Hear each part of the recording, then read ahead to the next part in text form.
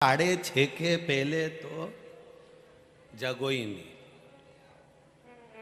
पर फिर भी अपनी निंद्रा का भी त्याग करा, अपने घर का भी त्याग करा, परिवार को त्यागते हुए 3 घंटा दिया। जब आप अपनी निंद्रा का त्याग कर सकते हो, अपने घर का त्याग कर सकते हो और कथा स्थल तक पहुंच सकते हो, तो वो भी कैलाश का त्याग कर कर, काशी का त्याग कर कर आपके पास आ सकता है। ये निश्चित था। उसका भरोसा, उसकी दृढ़ता, उसका विश्वास, बस ये मूल है। और आपका भरोसा जब दृढ़ हो जाएगा, आपका विश्वास जब दृढ़ हो जाएगा, तो उससे मिलन निश्चित है।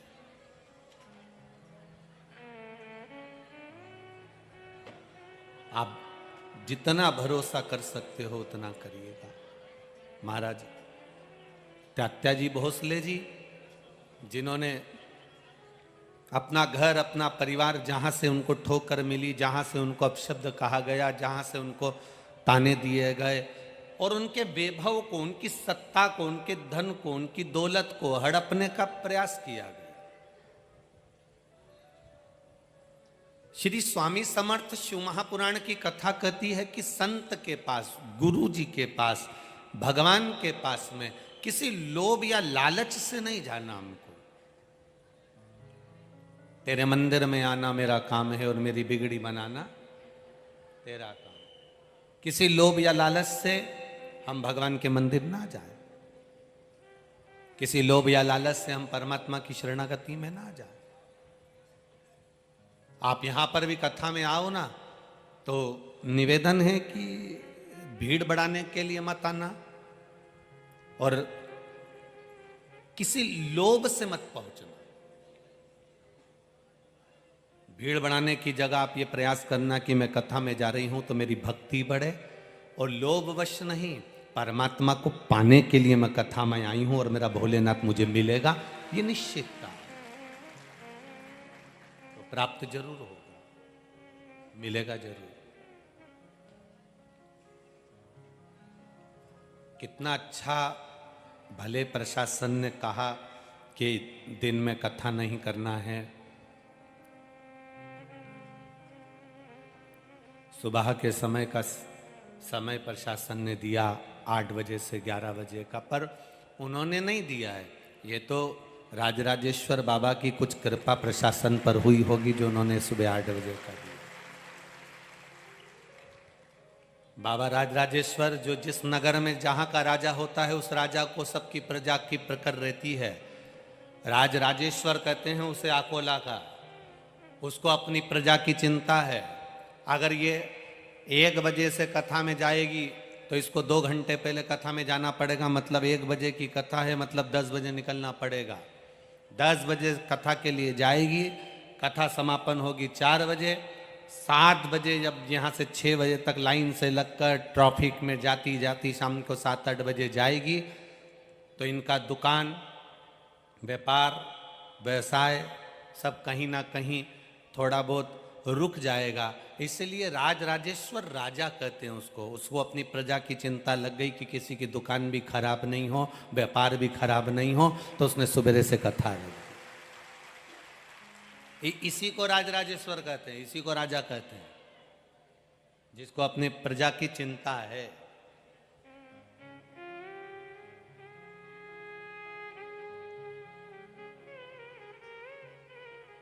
रामकृष्ण परमहंस जी और स्वामी विवेकानंद जी का चरित्र याद आ गया, जो वृंदावन की धरा पर सिर के बल उतरे थे। और किसी ने प्रश्न कर लिया था रामकृष्ण परमहंस जी से कि भगवान की बंसी में ऐसा क्या है जो लोग पूरी रात भगवान की बंसी का इंतजार करते थे और भगवान के साथ रास करते थे। रामकृष्ण परमहंस जी ने कहा, रात को सुबह ब्रह्म मुहूर्त में 4 बजे बताऊंगा। आधी रात को 1 बजे से वहां भीड़ लग गई यमुना जी के घाट पर, रामकृष्ण परमहंस जी नहीं आए।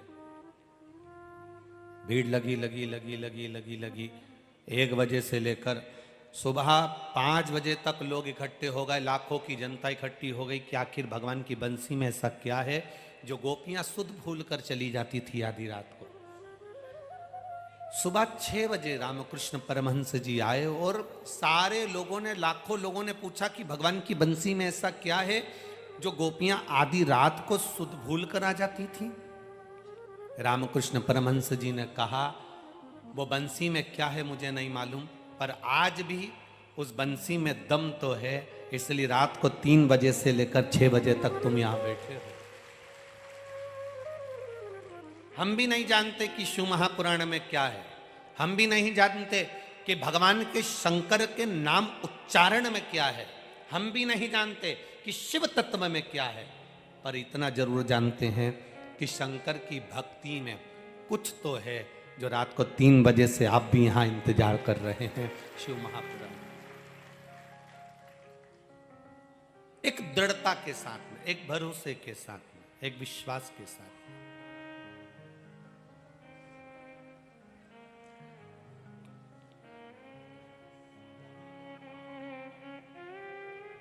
महाराज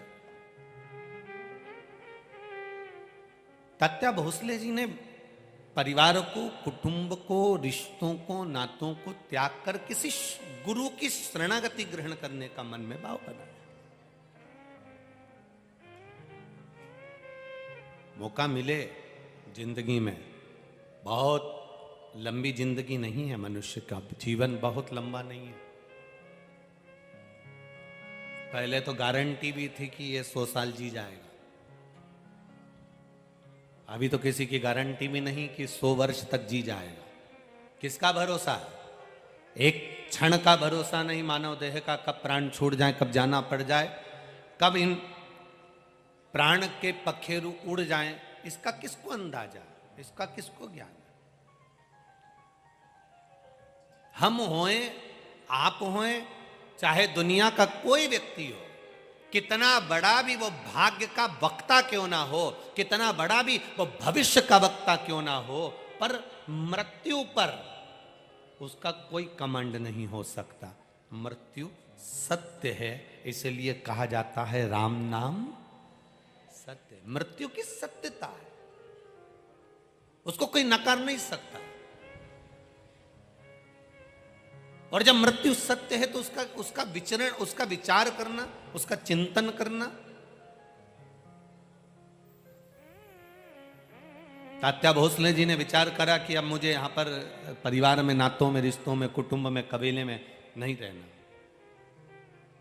अब मुझे छोड़कर भगवान की भक्ति की ओर अग्रण्य होना। मुझे भगवान का भजन करना है, मुझे स्मरण करना है, मुझे भक्ति करना है, मुझे मंत्र जाप करना है, मुझे नाम जाप करना है। और तात्या भोसले जी छोड़कर श्री स्वामी समर्थ जी के पास में पहुंच गए।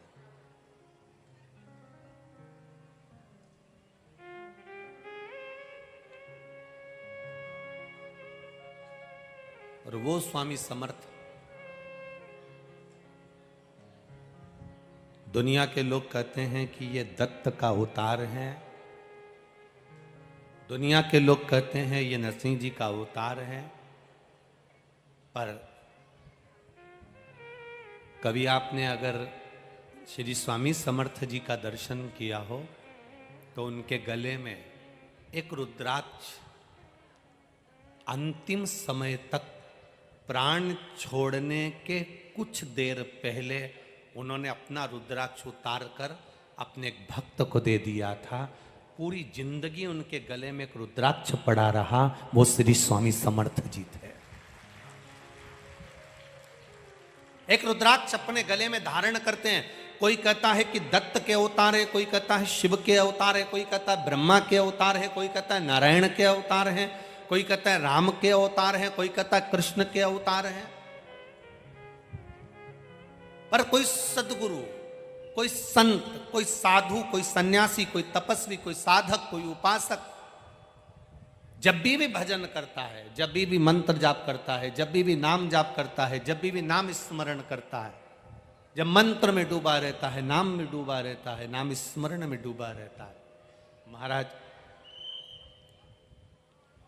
वो किसका अवतार है ये तो नहीं कर सकते, पर इतना जरूर कर सकते हैं, जो भगवान की भक्ति में डूबने वाला संत होता है, साधु होता है, सन्यासी होता है, इसको बंद कर बाबा, सन्यासी होता है, तपस्वी होता है, साधक होता है, उपासक होता है, वो किसका अवतार है ये नहीं कह सकते, पर इतना जरूर कह सकते हैं कि वो भगवान शिव का, राम का, कृष्ण का, दत्त का कृपा पात्र होता है, इसलिए करुणा कर सकते।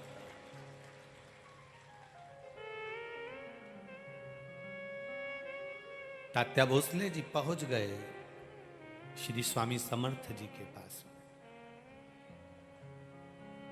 अब जाकर उन्होंने जैसे ही पहुंचे तो स्वामी समर्थ जी का ध्यान मुद्रा में, भक्ति में लगा हुआ था, ध्यान में मैं। तात्या भोसले जी ने प्रणाम किया तो स्वामी समर्थ जी ने कहा, क्यों मानकारी जी, आपके पास में तो एक क्षेत्र का राज्य है, आपके पास में तो एक क्षेत्र का सारा सुख है, और आप आज संत के पास आकर बैठे हो। बचपन, जवानी, अधेड़ी और बुढ़ापा, इन चार अवस्था में से जो अवस्था आपकी निकल गई उसको निकल जाने दो, क्योंकि जो चले गया वो तो वापिस नहीं आ सकता।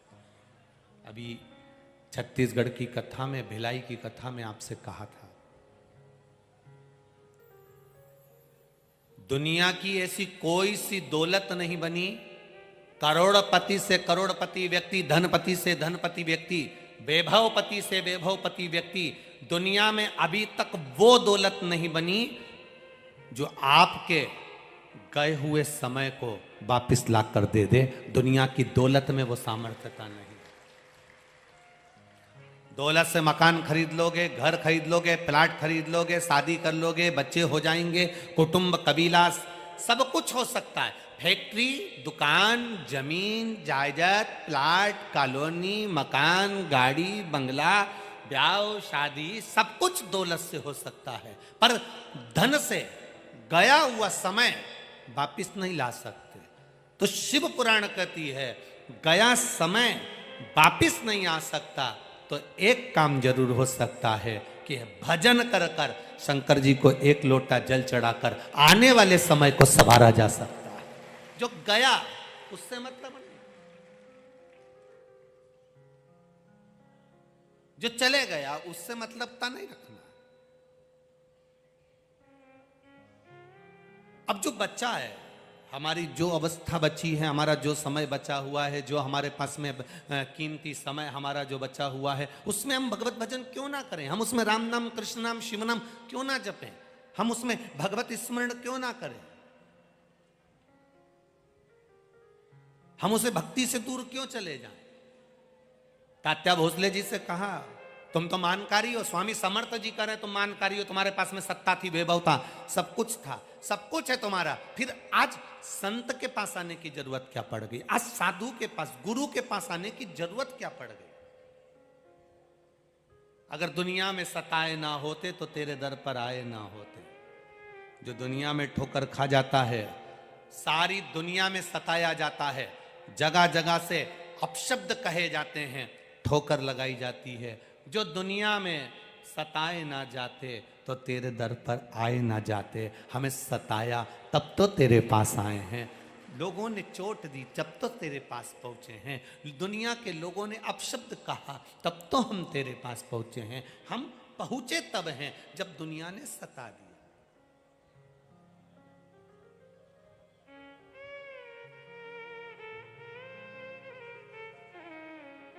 कितने किस्मत वाले हो आकोला वालों, जरा विचार करिएगा, तुम्हारा भाग्य देखिए कितना प्रबल होगा। आज पूर्णिमा का दिन और कथा श्रवण करने को मिल रही, भाग्य देखिएगा। यहाँ पर बहुत सारे शासकीय कर्मचारी भी लगे हैं, कोई डॉक्टर होने लगे हैं, कोई पुलिसकर्मी लगे हैं, कोई नगर पालिका के लगे हैं, कोई सेवादार लगे हैं, कोई सेवक में लगे हैं, कोई कार्यकर्ता लगे हैं। कभी जितने भी शासकीय कर्मचारी यहाँ लगे हों, चाहे पुलिस के लगे हों, डॉक्टर के लगे हों, चाहे प्रशासनिक आदि के लगे हों, कभी विचार करना चित्तविट्टी में बैठकर, कभी एकांत में बैठकर विचार करना। अभी तक जो नौकरी करी वो दुनिया की करी, पर 7 दिन की नौकरी महादेव की करने को मौका मिला। दुनिया की नौकरी करी, उसने तनख्वाह दी। जो तनख्वाह दुनिया की नौकरी करी, जो तनख्वाह गवर्नमेंट ने दी, वो तनख्वाह पत्नी और बच्चों के काम आई। पर ये 7 दिन की जो नौकरी तुम कर रहे हो सेवा की, ये तनख्वाह वो देगा और उसी के काम आएगी। ये निश्चितता जो उसने दिया।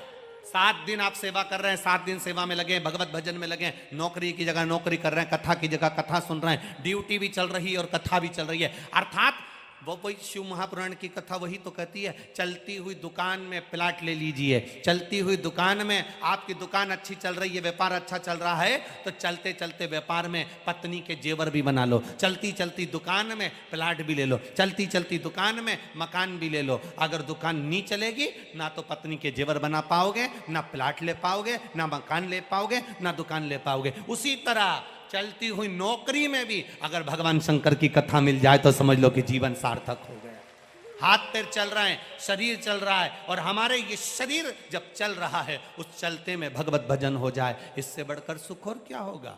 आज चौरसिया परिवार यहां कथा करवा रहा है। यजमान परिवार, चौरसिया परिवार अगर यहाँ बैठा है, कथा के मुख्य यजमान बनकर बैठे हैं, तो चलते चलते इस शरीर के चलते चलते शिव महापुराण की कथा करवा ली, अपने जीवन को सार्थक कर लिया। ये जीवन की श्रेष्ठता है, ये जीवन का एक आनंद है,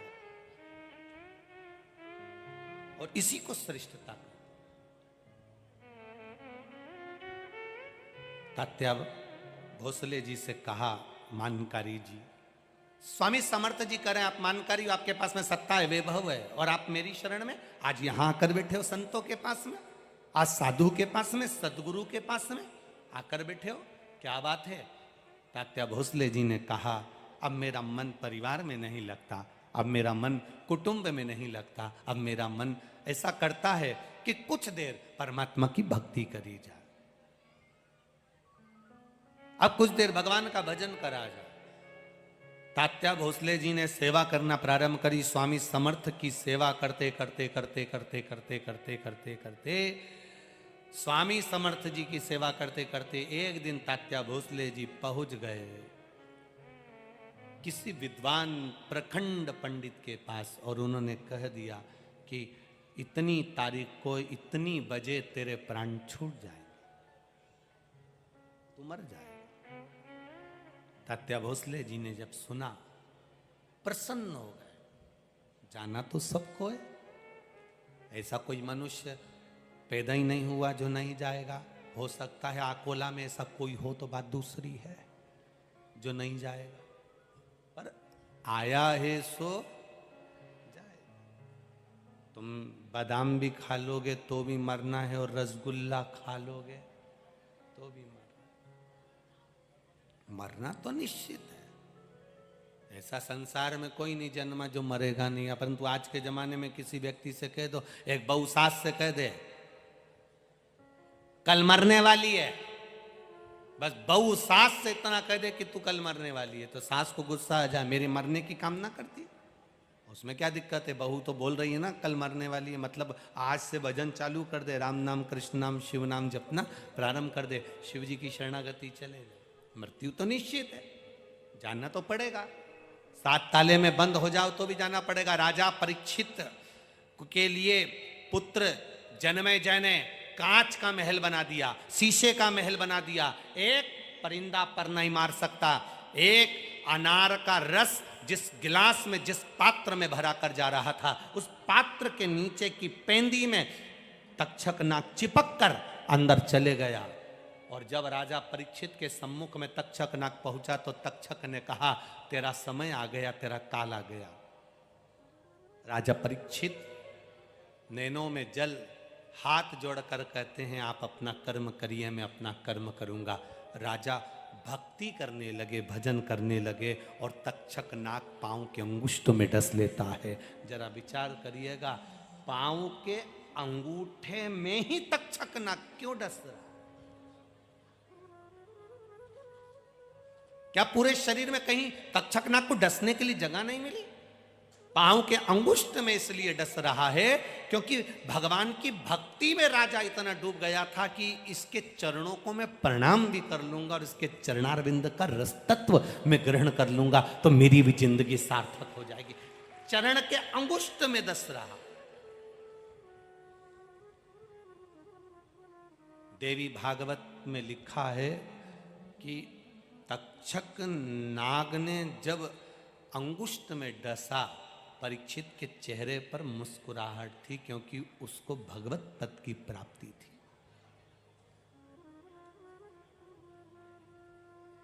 भगवत पद की प्राप्ति,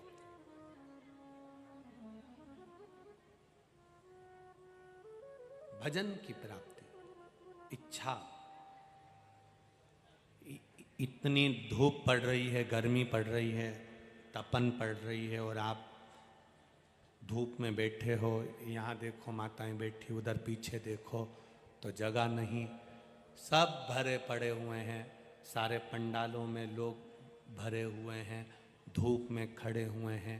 अर्थात आपके भीतर कहीं ना कहीं शिव भक्ति तो है, और वो भक्ति है तो काल भी डरता है भक्त के पास आने के लिए। अकाल मृत्यु वो मरे जो काम करे चंडाल का, और काल उसका क्या बिगाड़े जो भक्त हो महा काल का। जो शिव का उपासक है उसके लिए सब सरल है।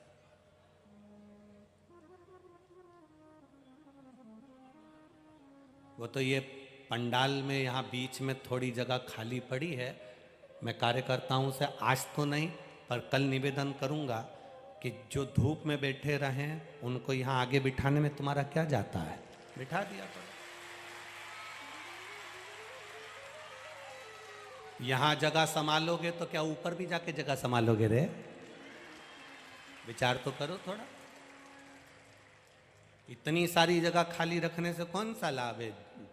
धूप में लोग बैठे रहे और तुम जगह खाली करके बैठे रहो, क्या मतलब का जीवन तुम्हारा? जहां जगह मिले। भक्तों की सुविधा के लिए शिव महापुराण की कथा है, जैसी सुविधा मिल जाए वैसा आनंद पाकर 3 घंटे के बाद ये जगह जहाँ की जहीं रह जाएगी, इसको कोई नहीं लेके जाएगा, वहीं पड़ी की पड़ी है। और खूब सो, आनंद पाओ और भक्ति करो, भजन। जहाँ जगह का आनंद हो वहाँ सुख पाइएगा। खाली न जाता कोई दर से तुम्हारे, मैं भी खड़ा हूँ नन्ही बाहें पसारे। अपने हृदय से लगा लो, लगा लो, गिरा जा रहा हो, उठा लो। शिव कथा कह रही है, भगवान शंकर की पावन कथा रसतत्व ग्रहण करने का भाव वर्णित कर रहा है महाराज। हमारे यहाँ शास्त्र कह रहा है, धीमा बजाओ भोलानाथ डमरू, धीमा बजाओ, धीमा बजाओ भोलानाथ डमरू, धीमा बजाओ, धीमा बजाओ भोलानाथ डमरू, धीमा बजाओ, धीमा बजाओ भोलानाथ डमरू। दोनों हाथों से प्रेम से धीमा बजाओ, धीमा बजाओ भोला, धीमा बजाओ, धीमा बजाओ भोला, धीमा बजाओ, धीमा बजाओ भोला, धीमा बजाओ, धीमा बजाओ भोला, धीमा बजाओ। अरे धीमा बजाओ भोलानाथ डमरू, धीमा बजाओ, धीमा बजाओ भोलानाथ डमरू, धीमा बजाओ। दोनों हाथों से ताली से बजाते हैं।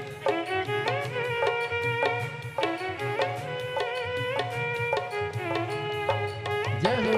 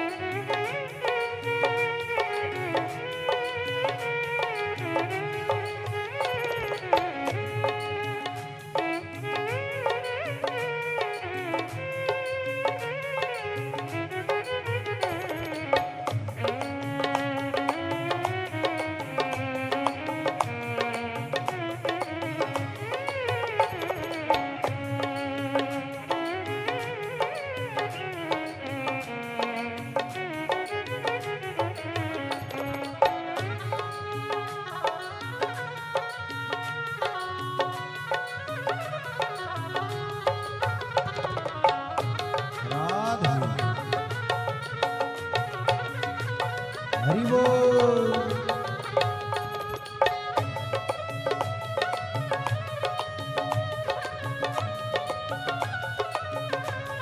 जय हो।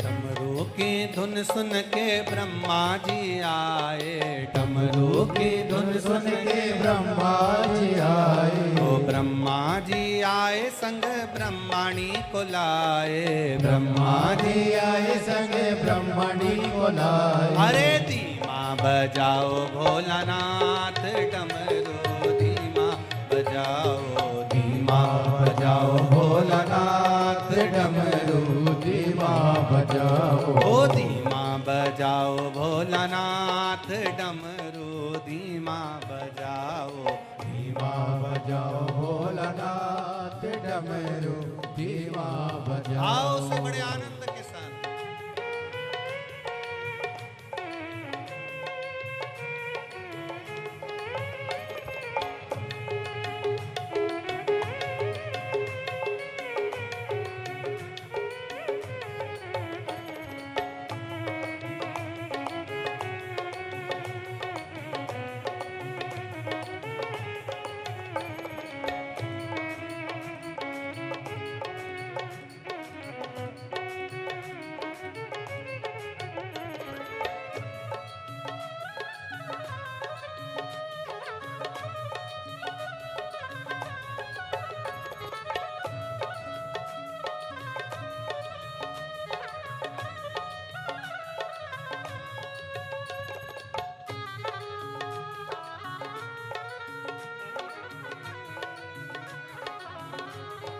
बोले राधे।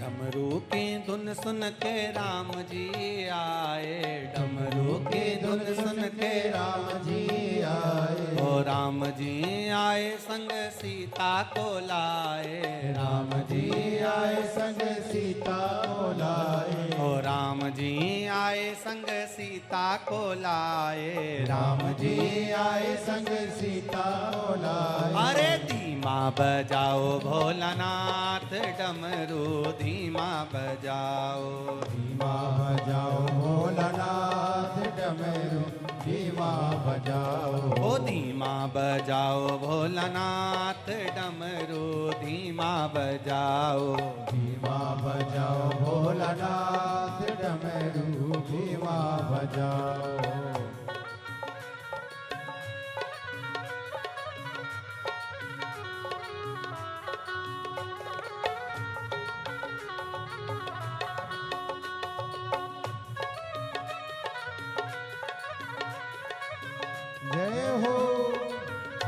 हरि बोल।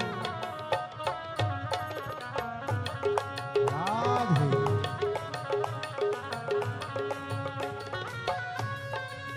हे शंभो।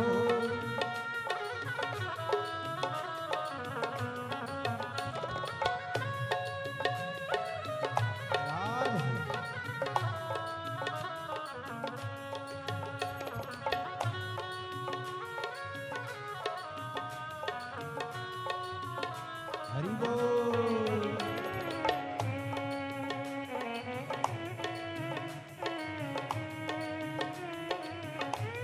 जय हो।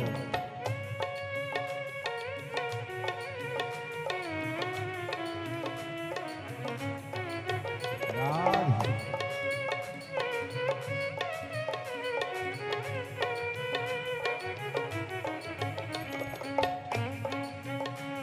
हरि बोल।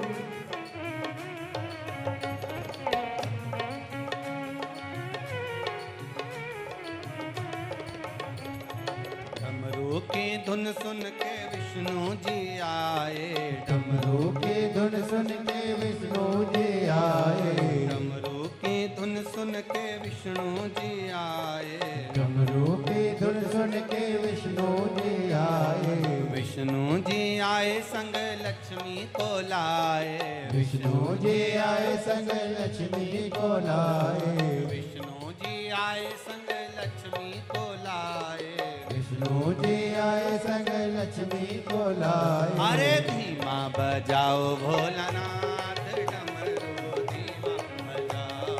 धीमा बजाओ भोलानाथ डमरू धीमा बजाओ। अरे धीमा बजाओ भोलानाथ डमरू धीमा बजाओ। धीमा बजाओ भोलानाथ डमरू धीमा बजाओ। अरे धीमा बजाओ भोलानाथ डमरू धीमा बजाओ। धीमा बजाओ भोलानाथ डमरू धीमा बजाओ। अरे धीमा बजाओ भोलानाथ डमरू धीमा बजाओ। धीमा बजाओ भोलानाथ डमरू धीमा बजाओ। हर हर महादेव।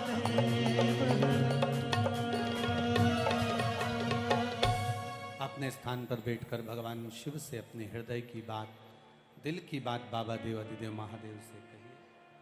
जहां जगह मिल जाए वहीं बैठ जाओ और दिल से बाबा से प्रार्थना करें, भाव के साथ दिल से बाबा से निवेदन करें। आज वैशाखी पूर्णिमा का अवसर, भगवान शिव से प्रार्थना करें, भगवान शंकर से निवेदन करें, भगवान शिव से अपने हृदय की बात भाव के साथ करें।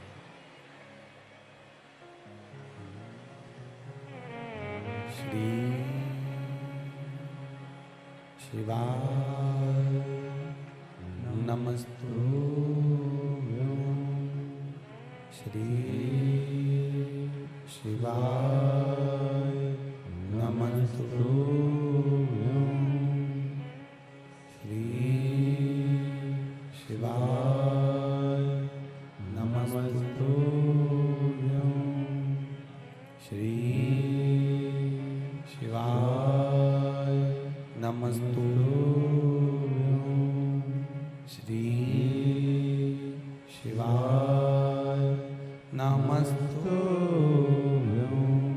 भोला सब दुख काटो हमारा।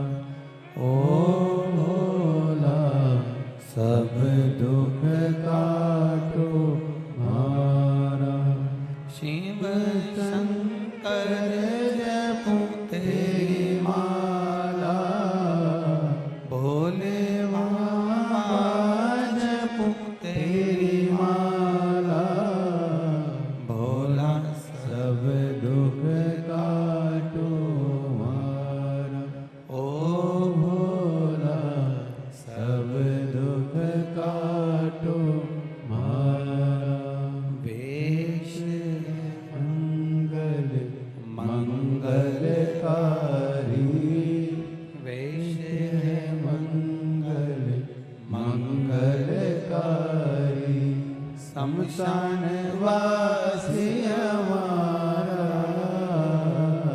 शमशान वासी हमारा, ओ भोला सब दुख काटो भारा, ओ भोला सब दुख काटो भारा।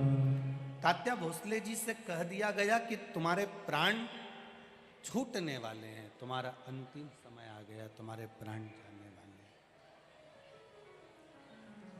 आज स्वामी समर्थ जी के पास में, श्री स्वामी समर्थ के पास में जब तात्या भोसले जी बैठे हुए,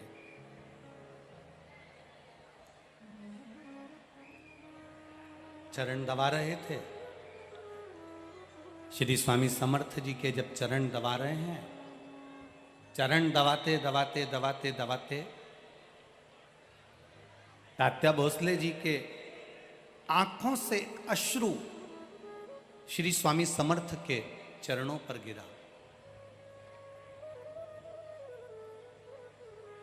जब श्री स्वामी समर्थ जी के चरणों पर अश्रु गिरा, गिरते से ही श्री स्वामी समर्थ जी ने तात्या भोसले जी से कहा, तात्या सुन, तेरी चिट्ठी आ गई, अब तुझे जाना है। तात्या भोसले जी ने कहा, गुरुवर सारा जिंदगी पूरा समय तो मेरा परिवार में चले गया, कुटुंब में चले गया, रिश्ते नातों में चले गया, ये थोड़ा सा जो समय बचा है यह आपको देना चाहता हूं। अगर इतनी जल्दी चले जाऊंगा तो आपकी सेवा कैसे कर पाऊंगा।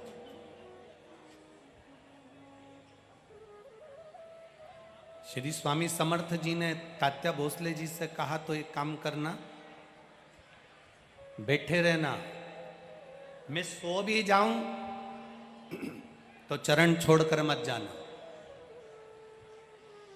सारी दुनिया की दौलत कहीं लुटाई जा रही हो, सारी दौलत, दुनिया का संपदा, वैभव, सत्ता लुटाई जा रही हो, और किसी एक स्थान पर कोई सतगुरु आपको मिल रहा हो, तो दुनिया की दौलत छोड़ देना, पर सतगुरु के चरण मत छोड़ना। किसी संत, साधु, सन्यासी, तपस्वी, साधक, उपासक जो भगवान की अविरल भक्ति में डूबा हुआ है, उसके चरण की सेवा मिली है तो वो ना छोड़ी जाए। बस यमदूत आए तात्या भोसले जी को लेने के लिए, खड़े रहे, बार बार तात्या भोसले जी को बुलाते रहे, पर तात्या भोसले जी से भगवान स्वामी समर्थ ने कह दिया था कि चरण मत छोड़ना, कुछ भी नहीं होगा। शिव महापुराण की कथा कहती है, जो एक लोटा जल चढ़ाना नहीं छोड़ता, महाकाल उसका हाथ कभी नहीं छोड़ता। शिव का द्वार भगवान शंकर के चरणारविंद, सदगुरु के चरणारविंद, संत, साधु, सन्यासी, तपस्वी, साधक, उपासक के चरणारविंद जो पकड़ कर रखता है। फिर निवेदन करेंगे, जो बड़ों की इज्जत करता है, माता पिता का सम्मान करता है, बड़ों का आदर करता है, बड़ों का सत्कार करता है, बुजुर्ग का, माता पिता का, गुरुजन की जो इज्जत करे, सम्मान करे, आदर करे, उसको पर्स में दवा लेकर चलने की जरूरत नहीं पड़ती, वो दुआ लेकर चलना प्रारंभ कर दे। उसको फिर पर्स में दवा लेकर चलने की जरूरत नहीं पड़ेगी। जो गुरु का आदर कर रहा है, माता पिता की सेवा कर रहा है, माता पिता के चरणों को प्रणाम कर रहा है, घर के बुजुर्गों के चरणों को प्रणाम कर रहा है, घर के बड़ों को आदर दे रहा है, घर के बुजुर्गों का सम्मान करे, आदर दे, सत्कार करे। एक भक्त को जो पहचान जाए, एक साधु जन, गुरुजन, सन्यासी जन, तपस्वी, साधक, उपासक की जो सेवा में लगा हुआ है, उसको जेब में, पर्स में दवा लेकर चलने की जरूरत नहीं पड़ती, दुआ उसके साथ हर पर चलती है। बड़ों का आदर करने वालों के साथ में बड़ों की दुआ उसके साथ चलती है, तो उसको तकलीफ नहीं भोगना पड़ती, उसको कष्ट नहीं भोगना पड़ता।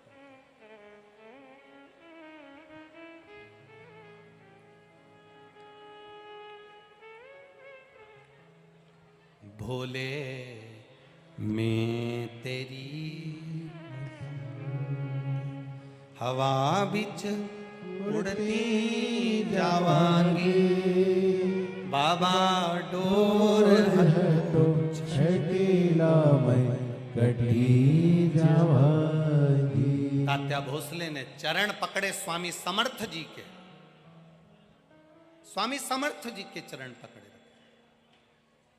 जब यमदूत चले गए, तात्या भोसले के प्राण बच गए। तात्या भोसले ने स्वामी समर्थ जी से कहा कि गुरुवर, ऐसा आपके पास में क्या है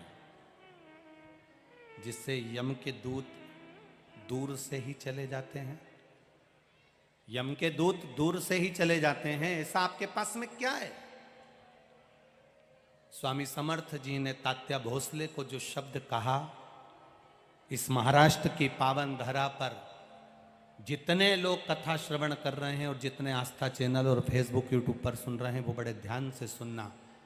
तात्या भोसले जी से स्वामी समर्थ जी ने कहा, तात्या, भजन करने वाला, भक्ति करने वाला, शिव तत्व को जानने वाला, शंकर भगवान के एक रुद्राक्ष को गले में धारण करने वाला, अगर तुम नहीं भी रुद्राक्ष पहने हो, तुम नहीं भी शंकर के मंदिर जाते हो, तुम शंकर के मंदिर में एक लोटा जल भी नहीं चढ़ाते हो, तुम कभी किसी गुरु की शरणागति नहीं गए, पर किसी रुद्राक्ष पहनने वाले के पास या भगवान की भक्ति करने वाले के पास या भजन करने वाले के पास अगर मात्र जाकर बैठ गए हो और उसके शरीर का मात्र स्पर्श भी अगर तुमको हो रहा है, तो यम के दूत बंदी बना नहीं सकते, वो यमदूत भी दूर हट जाते हैं, वो यमदूत भी दूर हट जाते हैं। अकाल मृत्यु वो मरे जो काम करे, चंडाल का और काल उसका क्या बिगाड़े, जो भक्त हो महा। बोल बम का नारा है, आवाज नहीं आई, जरा जम के बोलो, बोल बम का नारा है। एक सहारा, केवल बाबा जी के गले में एक रुद्राक्ष पड़ा हुआ है, उनकी भक्ति बड़ी हुई है, उनका विश्वास बड़ा है, उनका भजन बड़ा है, तो उसका स्पर्श तात्या भोसले जी ने जो चरण पकड़ कर रखा है, मात्र स्पर्श मात्र भी सुख दे देता है। हमारे मराठवाड़ा में, हमारे महाराष्ट्र में,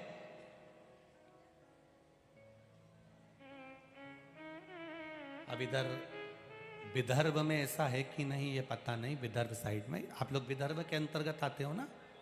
अरे बोलो तो जम के, आते हो ना विदर्भ के अंतर्गत? तो मराठवाड़ा के साइड में जाओ तो वहां पर एक नियम बना हुआ है, विदर्भ में ऐसा है कि नहीं पता नहीं, मराठवाड़ा में ऐसा नियम बना है कि जगह जगह जहां संत, सन्यासी, तपस्वी, संत जन, गुरुजन जो भी हुए हैं, उनकी मूर्ति का इतना दर्शन का महत्व नहीं है जितना उनकी पादुका के दर्शन का महत्व है। अब इधर विदर्भ में ऐसा है कि नहीं पता नहीं, वहां इतना मूर्ति का महत्व नहीं है जितने उनके पादुका, जितने उनके चरण चिन्ह के दर्शन का महत्व है। क्यों? गुरु का, संत का, साधु जन के चरण का मात्र स्पर्श मात्र हो जाता है, स्पर्श मात्र। इसलिए आज भी पूरी दुनिया में ऐसा कोई मंदिर नहीं जिस मंदिर में भगवान के चरण छूने की इजाजत मिली हो। तिरुपति में चले जाओ तो भगवान के चरण नहीं छू सकते, नाथ द्वारा में चले जाओ भगवान के चरण नहीं छू सकते। तुम्हारी मर्जी पड़े जिस मंदिर में जाना, भगवान के चरण, बांके बिहारी का दर्शन करने जाओ चरण नहीं छू सकते, राधा वल्लभ लाल का दर्शन करने जाओ चरण नहीं छू सकते, तुम अयोध्या के कनक बिहारी का दर्शन करने जाओ चरण नहीं छू सकते, तुम बद्री विशाल का दर्शन करने जाओ चरण नहीं छू सकते, तुम द्वारका जी दर्शन करने जाओ द्वारकाधीश के चरण नहीं छू सकते। तुम दुनिया के सारे मंदिर में घूम कर आना, किसी मंदिर में चरण छूने की इजाजत नहीं है। केवल महाराष्ट्र का हरि विठ्ठल का एक मंदिर है जहां भगवान के चरण छूने की इजाजत है। केवल महाराष्ट्र का हरि विठल का मंदिर, जहां पर भगवान के चरण को हाथ लगाने का महत्व है, जहां भक्त जाता है और भगवान के चरणों को छूकर अपना शीश नवाकर उसके चरणों में अपना माथा रगड़ कर आता है, वो दुनिया का केवल एक मंदिर है, वो हरि विठल पांडुरंगा का मंदिर है। जो महाराष्ट्र का, सारी दुनिया में कितने भी बैकुंठ होंगे, सारी दुनिया में कितने भी बैकुंठ होंगे, पर महाराष्ट्र का बैकुंठ हरि विठल के चरण है, श्री विठल के चरण। ये महाराष्ट्र का बैकुंठ है, ये महाराष्ट्र का बैकुंठ।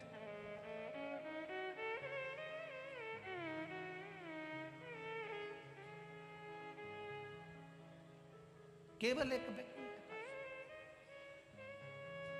कौन ने मांगा था? हरि विठल के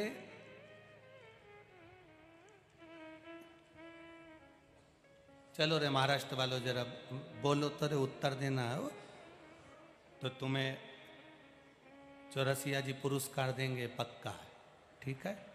हाँ हाँ बिल्कुल, हाँ हम कह देंगे ना चौरसिया जी को, वो तुम्हें देने से मना नहीं करेंगे, तुम तो बस उत्तर दे दो। हरि विठल के चरण का सबसे पहला दर्शन चरण पकड़कर किसने किया था? चलो उत्तर दो रे, बोलो रे महाराष्ट्र वालों, जल्दी उत्तर दो। श्री हरि विठल के चरणारविंद को पकड़कर उनके चरण के दर्शन की शुरुआत सबसे पहले किसने करी थी?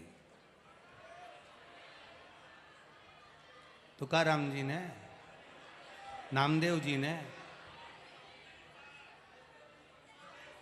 पौंडरिक, पौंडरिक,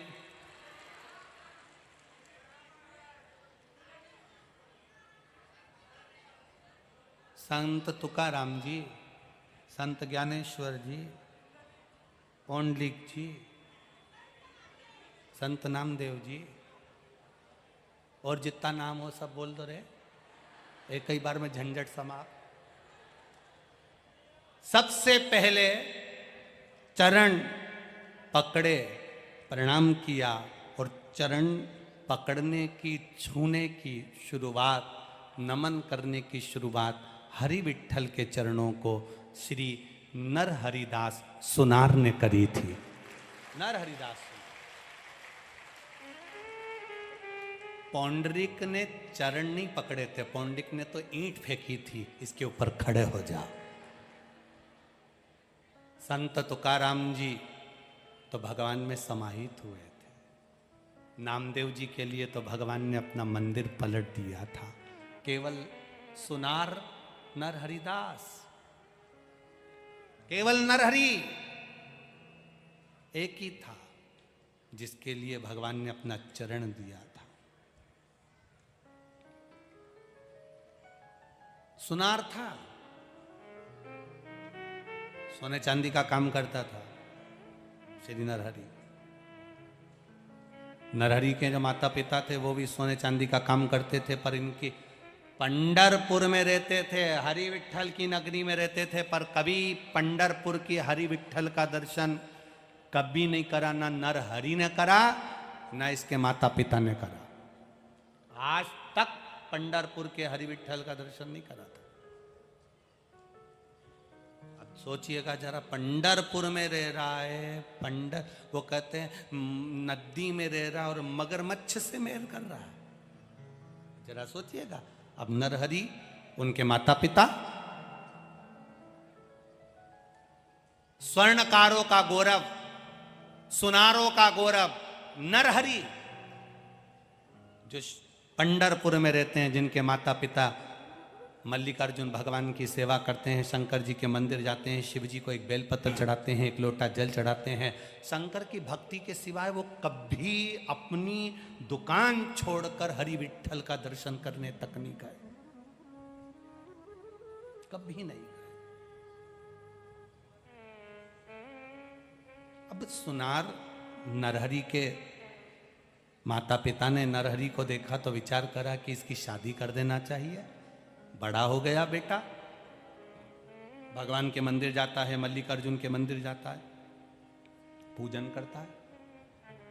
चंद्रभागा नदी के तट पर एक मंदिर है जिसका नाम है मल्लिकार्जुन महादेव। कौन कौन ने दर्शन करे? हरि विठल, पांडुरंगा। पंडरपुर कौन कौन गया ये बताओ। अच्छा, सब गए हो पंडरपुर? धर लो, हाथ नीचे धरो। अब पंडरपुर में एक मंदिर है चंद्रभागा नदी के तट पर, मल्लिकार्जुन भगवान का मंदिर। किस किस ने दर्शन करें? हाँ देखो, बहुत लोगों ने करे। मल्लिकार्जुन महादेव जैसे ही चंद्रभागा को नहाकर निकलोगे, घाट पर ही बना हुआ है। घाट तो है ही नहीं, बालू रेत पड़ी है, वहीं पर मंदिर बना हुआ है। और सरल भाषा में समझिएगा, ये महेश्वरी भवन पंडरपुर का, समझ रहे हो ना?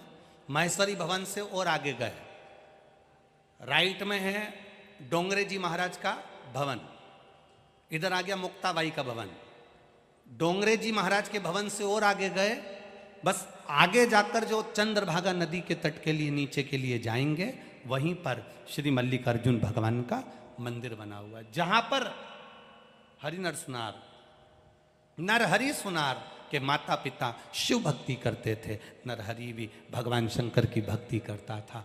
बस माता पिता के मन में आया, बेटे की शादी कर दें। नरहरि से कहा, हमें तुम्हारी शादी करना है। नरहरि ने कहा, पिताजी मैं विवाह के लिए मना नहीं कर रहा हूं, आप मेरी शादी कर सकते हो, मना नहीं, पर शर्त केवल इतनी सी है कि मेरी जो धर्म पत्नी हो, मेरी जो पत्नी हो, जैसे मैं शिव की आराधना करता हूं, जैसे मैं शंकर भगवान की आराधना करता हूं, मेरी धर्म पत्नी भी शंकर की आराधना करने वाली हो। मेरी धर्म पत्नी भी शिव की आराधना करने वाली हो, मेरी धर्म पत्नी भी भगवान शंकर की आराधना करने वाली हो, और कुछ भी नहीं चाहिए। ठीक है? और बहुत जरूरी है, घर में बहू लेकर आना तो कार वाली मत लेकर आना, घर में बहू लेकर आना तो संस्कार वाली लेकर आना, जो संस्कारवान हो।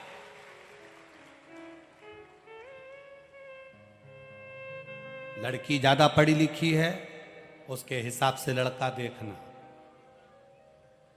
लड़का व्यापारी है, नौकरी करने वाला है, किस्सा लड़का है, उसके हिसाब से लड़की देखना। अब बिजनेस करने वाले लड़के के लिए लड़की देख रहे हो नौकरी वाली, सोच कर बैठे हो बहू आएगी गरम रोटी देगी। अब मालूम पड़ा जगदम्बा आई तो उसी दिन से गरज रही है। कहा मतलब कर रहा?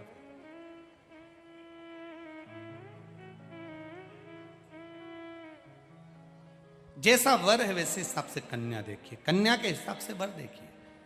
माता पिता से कहा मेरे लिए लड़की देखो तो ऐसी देखना जो भगवान की भक्ति करने वाली हो, भजन करने वाली हो, शिव महापुराण की कथा का रसतत्व ग्रहण करने वाली हो, शंकर का अनुमोदन करने वाली हो, शंकर जी पे एक बेलपत्र चढ़ाने वाली हो, शंकर भगवान पर एक लोटा जल चढ़ाने वाली हो। मालूम पड़े कन्या, बच्ची, बेटी रोज शंकर जी के मंदिर जाती हो, और पति ऐसा मिल जाए जो मंदिर जाए तो गाली बके, मंदिर जाने नहीं दे, कथा में जाने नहीं दे, सत्संग में जाने नहीं दे, भजन में जाने नहीं दे, बड़ा बड़ा चिल्ला चोट करे, बहुत क्रोध करे। अब करो तो करो क्या? तो नरहरि ने कहा, नरहरि सुनार बोले कि पिताजी मेरी शादी करना, लड़की ऐसी होना चाहिए जो शंकर जी की भक्त हो। अब इनको लड़की देखी तो गंगा नाम की कन्या के साथ में इनका विवाह हो गया।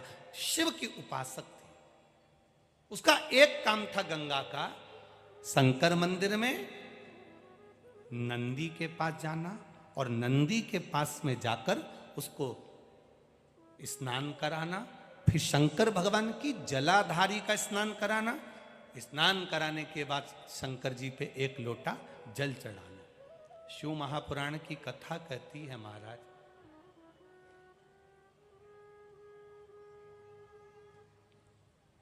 एक बेलपत्र और एक दुर्वा, मात्र एक बेलपत्र और एक दुर्वा। दुर्वा जानते हो ना? दूब बोलते हो कि दुर्वा बोलते हो? हाँ, दुर्वा बोलते ना, हरा हरा कलर की। एक दुर्वा और एक बेलपत्र।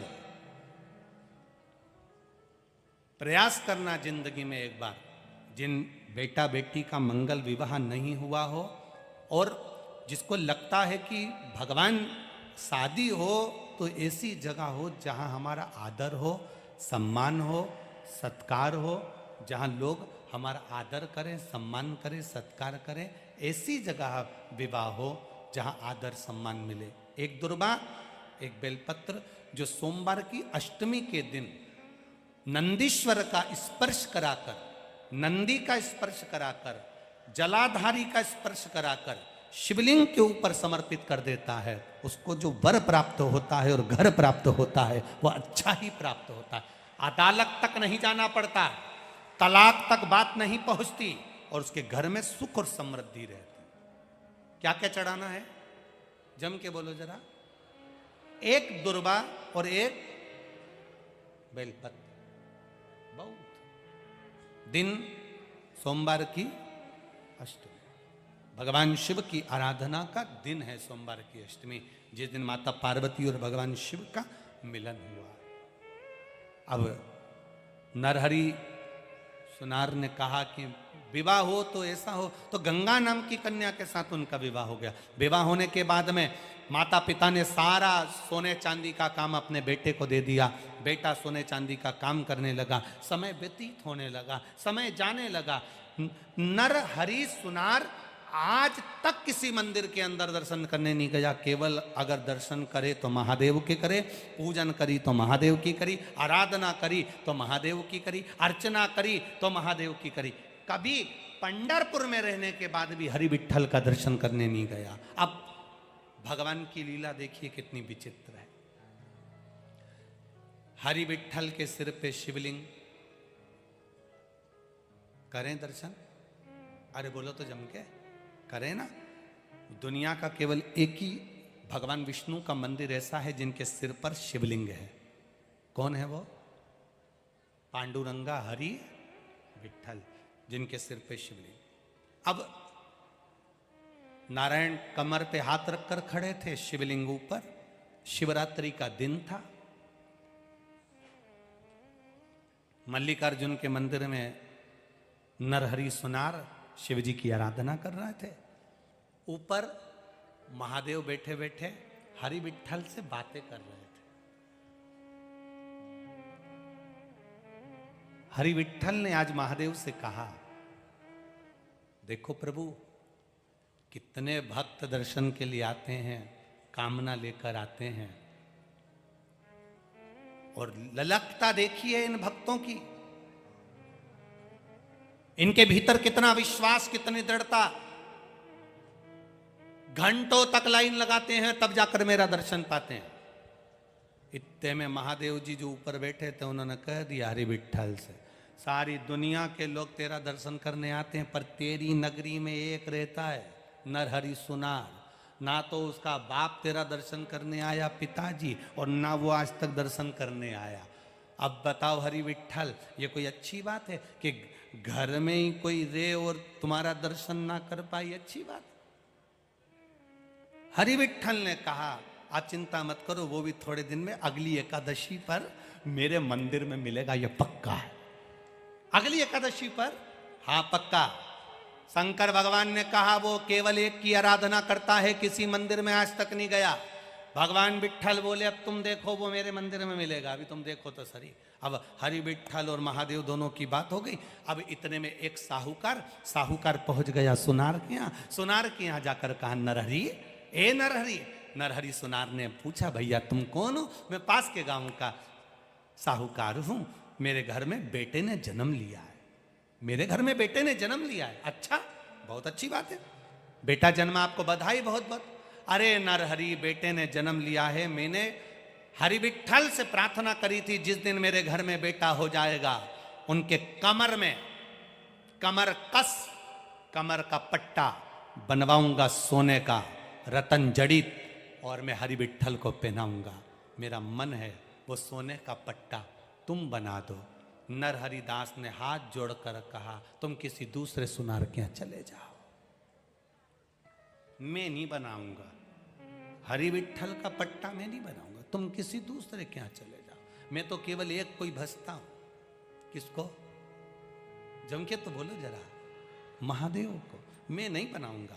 अरे कमर का पट्टा नहीं बनाओगे? हाँ, तुम्हारा तो काम है सोने का पट्टा बनाना, उसमें क्या दिक्कत है? नहीं, कमर का पट्टा बनाना पड़ेगा तो नाप लेने जाना पड़ेगा, और नाप लेने जाना पड़ेगा तो मंदिर में जाना पड़ेगा, और मैं किसी के मंदिर में जाता ही नहीं शंकर जी के सिवाय, इसलिए मैं जाऊंगा ही नहीं। इतने में साहूकार ने कहा, अगर मान लो नाप हम ला कर दे दें भगवान की कमर का तो बना दोगे ना? नरहरि सुनार ने कहा, उसमें क्या दिक्कत है, तुम नाप ला कर दो, मैं बना दूंगा। साहूकार जी पहुंचे, पंडित जी से कहा, महाराज जी भगवान की कमर का नाप दे दो। कमर का नाप ला के सुनार को दिया। सुनार ने भगवान का सुंदर पट्टा तैयार करा कमर का। ऐसा सुंदर पट्टा, ऐसा सुंदर पट्टा, ऐसा सुंदर पट्टा। आज साहूकार ने पीतांबरी कपड़े पहनकर, बैंड बाजे ढोल बुलाकर, सिर पर चांदी की थाली में सोने का पट्टा रखकर भगवान हरि विट्ठल के मंदिर में एकादशी के दिन प्रवेश किया। प्रवेश कर कर ब्राह्मण देवता से कहा, विद्वत जन से कहा, ये सोने का पट्टा हरि विट्ठल को पिना दो। जो सोने का पट्टा हरि विट्ठल को पिनाया तो वो 4 उंगल बड़ा निकल गया। जैसे ही बड़ा तो पिनाते से नीचे लटक गया। जैसे ही लटका, साहूकार को गुस्सा आया कि बताओ, सुनार ने ये पट्टा बनाया और ऐसा बनाया कि 4 उंगल बड़ा है। पंडित जी पट्टा कितना बड़ा है? 4 उंगल बड़ा है। अभी दो, अभी के अभी सही करवाता हूं। आज ही पिनाना है हरि विट्ठल को पट्टा, एकादशी को ही पिनाना है। पट्टा दिया साहूकार ने, अपने घर के पहचान वालों को दिया, इस पट्टे को कटवा के आओ, 4 उंगल कटवा के आ जाओ। इन 4 उंगल का पट्टा कटवाया। जैसे ही जाकर साहूकार ने अपने आदमियों को भेजा और सुनार से कहा, ये पट्टा तो तुमने बड़ा बना दिया, मुझे लगता है तुम सोना ज़्यादा देकर पैसा ज़्यादा लेने वाले थे ना, इसलिए तुमने पट्टे का वजन बढ़ा दिया, 4 उंगल ज़्यादा बढ़ा दिया। इतने में सुनार ने कहा, मुझे तुम्हारे धन दौलत से मतलब नहीं है, मेरे पास बहुत काम रहता है, मैं क्यों बढ़ाऊंगा तुम्हारा सोना, मैं क्यों बढ़ाऊंगा तुम्हारा सोना। ले जाओ। पट्टे को 4 उंगल काटा, पट्टा फिर तैयार करा, पट्टा तैयार कर कर फिर दिया।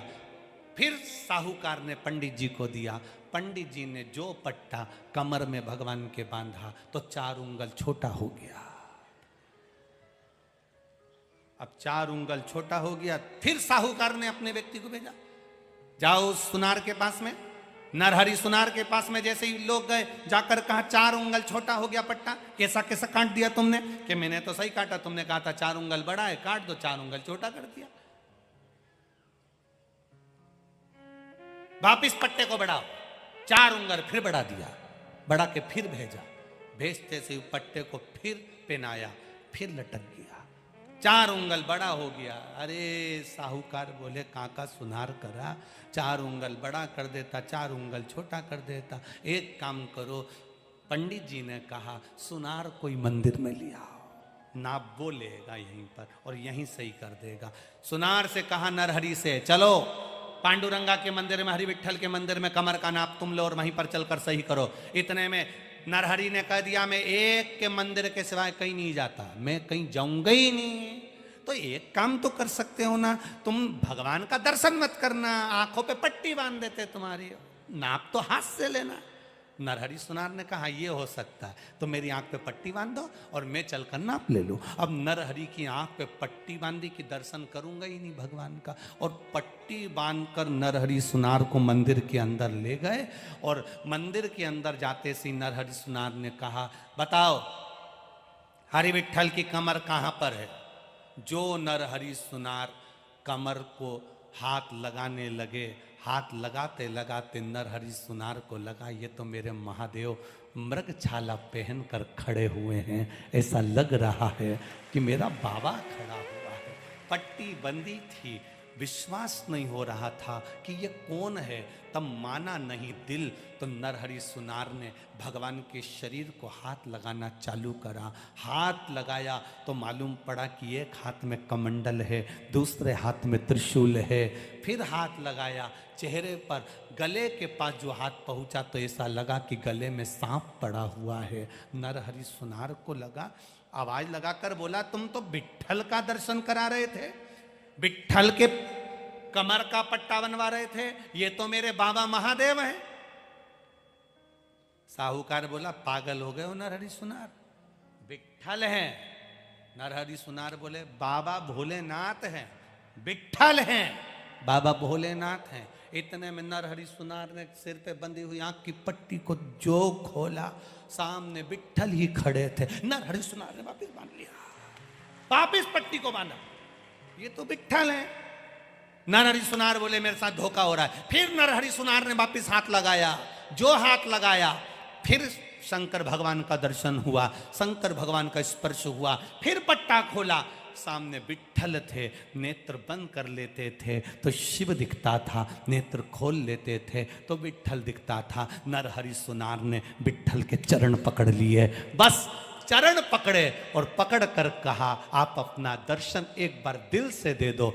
जो शीश चरण में झुकाया, झुकाते से ही नारायण के चरण में दोनों का दर्शन, नरहरि सुनार को शिव और हरि का दर्शन हो रहा था। बस उस दिन नरहरि सुनार ने चरण पकड़कर कह दिया मेरे पांडुरंगा हरि विट्ठल, ऐसी कृपा करना। दुनिया में राम का दर्शन करेंगे तो राम के दर्शन का पुण्य मिलेगा, कृष्ण का दर्शन करेंगे तो कृष्ण के दर्शन का पुण्य मिलेगा, देवी का दर्शन करेंगे तो देवी के दर्शन का पुण्य मिलेगा। हे मेरे हरि विट्ठल, ऐसी कृपा करना जो तुम्हारे चरण का स्पर्श करे उसे हरि और हर के दर्शन का पुण्य फल प्राप्त हो जाए, ऐसी कृपा कर। तो पहला चरण को पकड़कर उसका दर्शन का सुख किसने पाया था? जम के बोलो जरा, जम के। नरहरि सुनार। वो सहज नहीं, सरल नहीं, वो मेरा शिव मेरा नारायण कोई सहज नहीं है। इसीलिए वो दोनों का दर्शन, दोनों का सुख, दोनों का आनंद है। इसीलिए कह देते ना माझा विठ्ठल पांडुरंग, विठ्ठल विठ्ठल विठ्ठला, माझा विठ्ठल पांडुरंग, माझा विठ्ठल पांडुरंग। सहज नहीं है मेरा विठ्ठल, दोनों समाया है। संत, सदगुरु, प्रभु, परमात्मा, घर के बुजुर्ग, घर के बड़े, जिनके चरण का मात्र स्पर्श कर लेने पर, जिनके चरण को मात्र पकड़ लेने पर हमें दवा की जरूरत नहीं पड़ती, उसकी दुआ हमारे साथ चलती है। वो शिव तत्व, वो शंकर है, वो ओघड़ी है, वो दयालु, वो दातार, वो कृपा सागर। आप ईश्वर को कभी नहीं देख पाओ,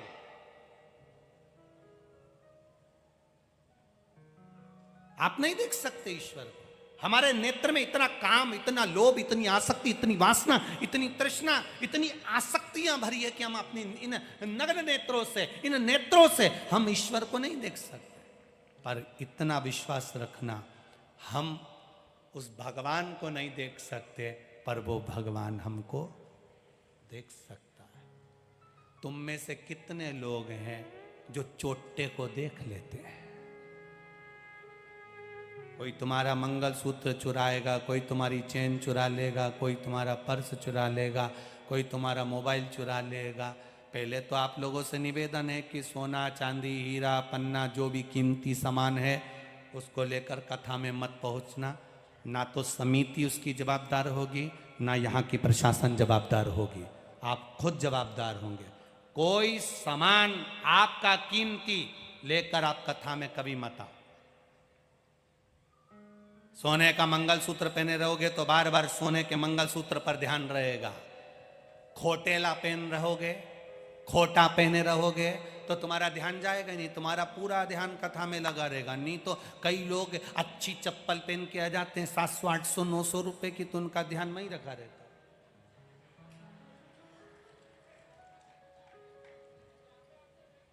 और जैसे इनकी चप्पल चली जाती है तो फिर दूसरे की चप्पल पे ध्यान चला जाता। अपनी तो गई, अब किसकी ले जाना है वहां। अब जब तुम कुछ लेकर आए नहीं हो तो जाए तो आग लगे बस्ती में अपन रहो। अब तुम में से कितने लोग हैं जैसे यहां कथा कर रही ना, आप ईश्वर को नहीं देख सकते पर ईश्वर आपको देख सकता है। आप भगवान को नहीं देख सकते पर भगवान, जम के बोलो, आपको देख सकता है। आप चोर को नहीं देख सकते पर चोटा तुम्हारे गले में पड़ी हुई, चोर भी इतने समझदार है, हमको तो लगता ना जाने कहां से सीख के आए हैं। नकली छूते ही नहीं है, ओरिजिनल को तुरंत पहचान जाते हैं। वो पेनी पीली साड़ी वाली, ध्यान गया और चोटा तुरंत उसी के पास जाके पल्लू डाल के तुरंत बैठा। और बैठते से थोड़ी देर कथा में ऐसा मस्त हुआ, धीरे से पल्लू उड़ा और तुम्हारे ऊपर गया और मालूम पड़े चैन गायब। इसीलिए चैन चली जाएगी तो तुम बेचैन हो जाओगे। चैन मैन कुछ लेकर मत आना, कोई जरूरत नहीं। ज्यादा धन दौलत लेकर आने की भी जरूरत नहीं। तुम तो केवल अपना मन लेकर कथा में आना, बाकी का सब घर छोड़िए। केवल मन लेकर आओ, दिल से आओ। भगवान की कथा सुनना है, 3 घंटे कथा का स्मरण करना है। और कोई कोई माताएं कह देती है गुरुजी ऑटो में जाने का पैसा तो लाना पड़ेगा। तो तुमसे निवेदन है, अगर ऑटो में आने का पैसा भी नहीं हो तो वहीं पे खड़े रहना और उस डमरू वाले को याद करना कि तेरी कथा में जाना है, कोई को भेज रहा है क्या। इतनी देर में तो कहीं का हारन बजाता मिल जाएगा, काकी चल रही क्या, बस अपन बैठो जा। विश्वास कर कर, भरोसा कर कर, तुम ईश्वर को नहीं देख सकते पर ईश्वर तुमको देख सकता है। तुम भगवान को नहीं देख सकते पर भगवान तुमको देख सकता है। तुम चोर को नहीं देख सकते पर चोर तुमको देख सकता है। उसी तरह अपना कर्म ऐसे करते हुए चलो कि हमें ऐसा लगता है कि हमें कोई नहीं देख रहा पर वो हमको देखता रहता है। हमारे भजन को, हमारे कीर्तन को, हमारे स्मरण को वो देखता रहता है, देख रहा है। हमारी दृष्टि नहीं जा सकती। आप लोग इतने दूर दूर 1 2 3 4 इतने सारे पंडालों में बैठे हो, बाहर धूप में खड़े हो, कोई कहीं बैठा है, कोई कहीं बैठा है, हमारी दृष्टि नहीं जाएगी। हमारी निगाह ये आस्था वालों के कैमरे की भी कैच नहीं कर पाएंगे। इतना दम नहीं है कैमरों में भी कि तुम्हें इतनी दूर दूर वो कैच कर सके। तुम्हें ये भले कैच नहीं करें पर वो नोबाल नहीं होने देगा। वो तो कैच कर लेगा, वो तुमको गिरने नहीं देगा, ये निश्चित। बस भजन में चित्त रमाइए, स्मरण में चित्त रमाइए।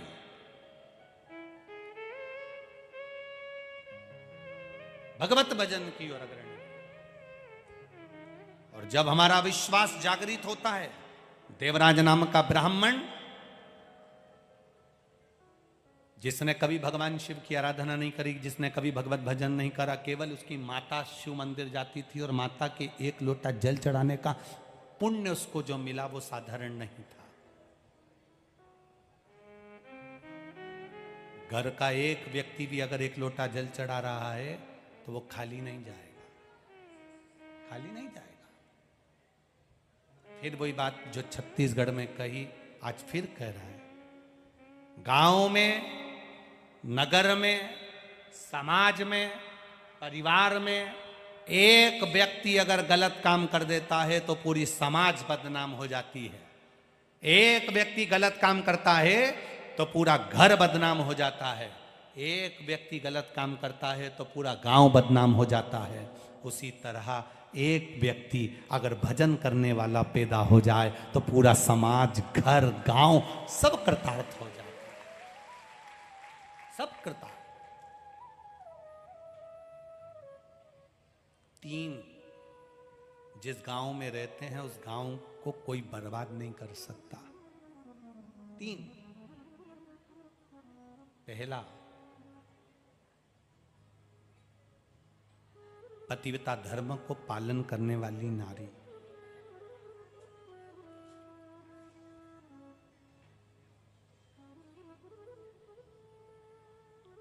पतिव्रता धर्म का पालन करने वाली स्त्री जिस गांव में रहती है उस गांव को कोई बर्बाद नहीं कर सकता। दूसरा,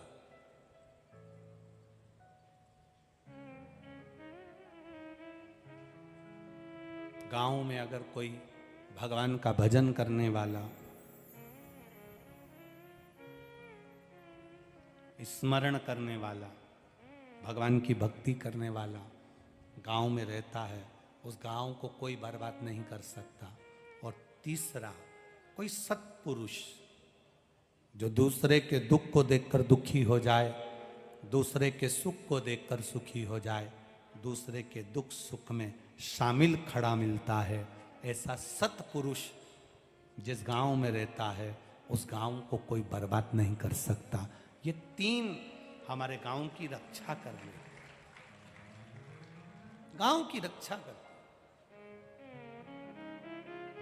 जिस गांव में से गाय माता को एक रोटी भी नहीं मिले, गाय, जिस गांव की गाय भूखी रहे, दरवाजे दरवाजे पर फिरने वाली गाय अगर एक रोटी भी प्राप्त नहीं करती, उस गांव की दशा बिगड़ने में देरी नहीं लगती।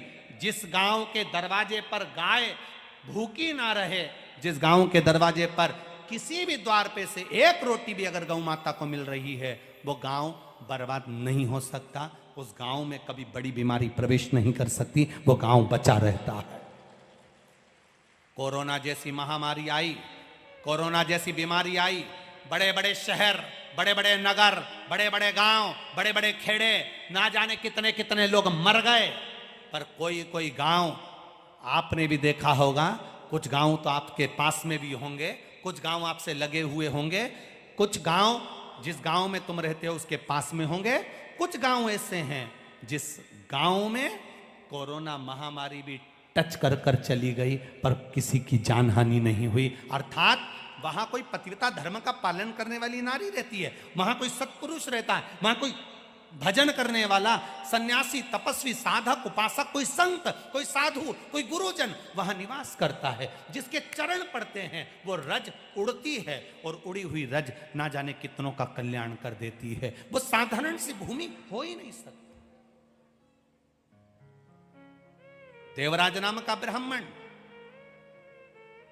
जो चोरी कर रहा है, धन ला रहा है, देवराज ब्राह्मण चोरी कर कर धन ला रहा है। आपको कथा में कहा था, चोरी व्यक्ति कब करता है, उसके पेट भरने जितना तो मेरा परमात्मा सबको देता है। यहां जितने आप लोग बैठे हो ना, सबके पेट भरने की जवाबदारी, जो कथा में आए नहीं आए, जो सुने नहीं सुने, सबके पेट भरने की जवाबदारी उस परमात्मा के पास में है। व्यक्ति चोरी कब करता है? पेट भरने के लिए व्यक्ति चोरी नहीं करता, पेटी भरने के लिए व्यक्ति चोरी करता है। पेट भरने तक की जवाबदारी उस परमात्मा की है।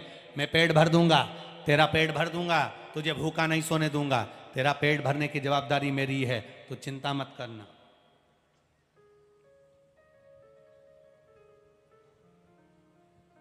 पेट भरने की जवाबदारी उस परमात्मा की है। पर व्यक्ति चोरी कब करता है? जब उसकी बहुत सारी इच्छाएं जागृत होने लगती है, बहुत इच्छाएं।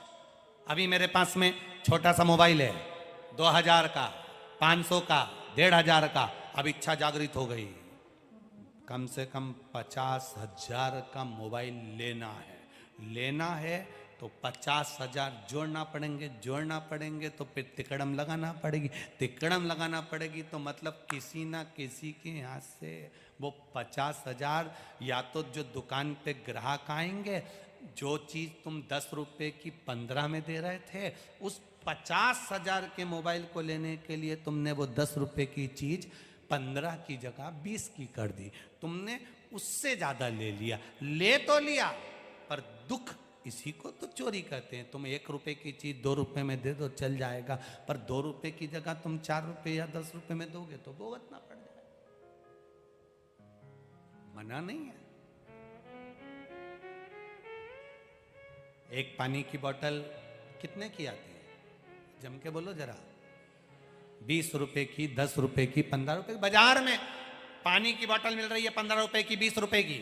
वो पानी की बोतल अगर कोई तुम्हें 30 रुपए 40 रुपए की, बहुत तेज गर्मी पड़ रही है साहब, मेला भरा है, शिव महापुराण सुनने के लिए लाखों लोग आए हैं, पंडाल फुल पड़े हैं, सुबह 8 बजे से लेकर 11 बजे तक कथा हो रही है, टीवी पर 1 बजे से 4 बजे तक आ रही है, अपार भीड़, अपार भीड़, अपार भीड़, लोग आ रहे, दर्शन कर रहे, भीड़ बढ़ती चली गई। पानी चाहिए, पानी चाहिए, पानी चाहिए। तो जो 10 रुपए की बोतल थी 20 रुपए हुई, 20 रुपए की बोतल 40 रुपए हो गई। तुमने शिव भक्तों से थोड़ा ज्यादा तो ले लिया, एक थोड़ा ले लो चल जाए, पर ज्यादा से ज्यादा ले लोगे, बाद में हिसाब तो उसको देना पड़ेगा। जब तुमने अपने बेटे से कहा कि ये 100 रुपए ले जा, सरफ की थैली लिया, साबुन लिया, और एक काम करना, बिस्कुट का पुड़ा लिया, छोरा गया, 10 रुपए की सरफ की थैली लाया, 10 रुपए का साबुन लाया, 10 रुपए का बिस्कुट का पुड़ा लाया, 100 रुपए में से 30 रुपए चले गए। कितने बचे? जम के बोलो। 70 बचे। तुम्हारा बेटा 100 रुपए लेकर गया था, आया, तुमने उससे पूछा कि नहीं पूछा कितना का सामान लाया?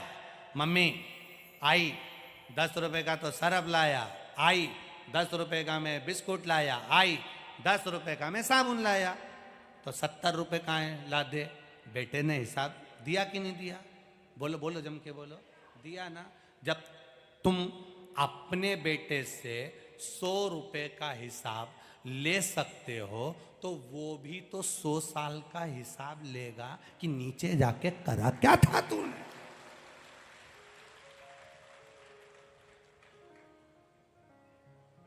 ₹10 ज्यादा छोरे ने खर्च कर दिए। 30 रुपए का सामान लगाया था, 70 रुपए होना थे, 60 रुपए लेकर आया। 10 कहाँ है? 10 रुपए की मैंने टॉफी खा ली, आइसक्रीम खा ली, फिर आई ने उठाई मोगरी। मोगरी देखिए, वो जो कपड़ा धोने की नहीं होती, पहले लकड़ी की चलती थी इतनी बड़ी, आजकल तो वो वॉशिंग मशीन चले, यूं छिले है। पहले मोगरी चलती थी, कपड़ा को ऐसे डाल दो नहीं, जुच कूटी पड़े, कूटी पड़े, कूटी पड़े। फिर आई ने उठाई मोगरी और जो धोया। तूने 10 रुपए व्यर्थ गवा दिए, 10 रुपए बेकार जगह लगा दिए, टॉफी खा गया, आइसक्रीम खा गया, जो धोना चालू करा, बस वो भी, उसके पास में भी एक मोगरी है धोने के लिए। सब मशीन है उसके पास, वॉशिंग मशीन भी है, नरक में पटक देता है, घूमते रहो, वॉशिंग मशीन नरक में घूमते रहो। और एक मोगरी उसके पास में भी एक गदा लेके चलता है, वो चिल्ला चिल्ला के कहता है हम यम हैं। और उसकी धर्म पत्नी भी साधारण नहीं है, यमराज की धर्म पत्नी धुमोरना। क्या नाम है यमराज की पत्नी का नाम क्या है? धुमोरना। वो भी कम नहीं है, वो धुमोरना भी धोना काम करती है, बस एक ही काम उसका धोना। लोग कहते हैं उसका नाम धुमोरना, धुमोरना नहीं धोना। वो पचिट पचिट के मारे। इसीलिए कहते हैं महाराज, मत बुरे कर्म कर वरना पछताएगा, भगवान की आंखों से तू बच नहीं पाएगा, तू बच नहीं पाएगा। अरे ओ अज्ञानी मत करना, तेरे कर्म का फल भी तू ही पाएगा। जैसा किया तूने तेरे आगे आएगा। मत बुरे कर्म कर बंदे वरना पछताएगा, भगवान की आंखों से तू बच नहीं पाएगा, तू बच नहीं पाएगा। अरे ओ अज्ञानी मत करना। अपने कर्म का भोग हमें अपनों को भोग, स्वयं को भोग, कोई दूसरा नहीं भोगेगा। शिव तत्व की प्राप्ति है। शिव महापुराण की कथा कर रही है, भगवान शंकर का संवाद कर रहा है। देवराज नामक का ब्राह्मण जिसने कभी शंकर के मंदिर नहीं गया, कभी देवालय नहीं गया, कभी भगवान की शरणागति में नहीं गया, और शिव की शरणागति में ना जाकर वो देवराज चोरी करना प्रारंभ कर दिया, धन चुराया, चोरी कर कर धन को लेकर पहुंच गया शिव मंदिर में। शरीर में ताप हो रहा था, मंदिर में जाकर मौन होकर बैठ गया। शरीर में ताप पड़ रहा है, बुखार आ रहा है, शरीर कष्ट भोग रहा, कष्ट भोग रहा। और जब शरीर में ताप पड़ा, शिव महापुराण की कथा चल रही थी शिव मंदिर के अंदर। ब्राह्मण देवता कथा करते करते कह रहे थे हर हर। जैसे ही कहा हर हर महादेव, देवराज को गुस्सा आ गया, क्योंकि मेरे शरीर में ताप पड़ रहा है, बुखार आ रहा है, और ये पंडित जी तो चिल्ला रहा है, बहुत तेज तेज चिल्ला रहा है। जब शरीर में कष्ट है तो फिर चिल्लाना क्यों?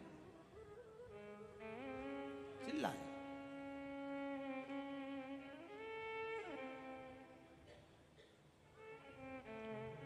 आया क्रोध, बाहर निकल गया।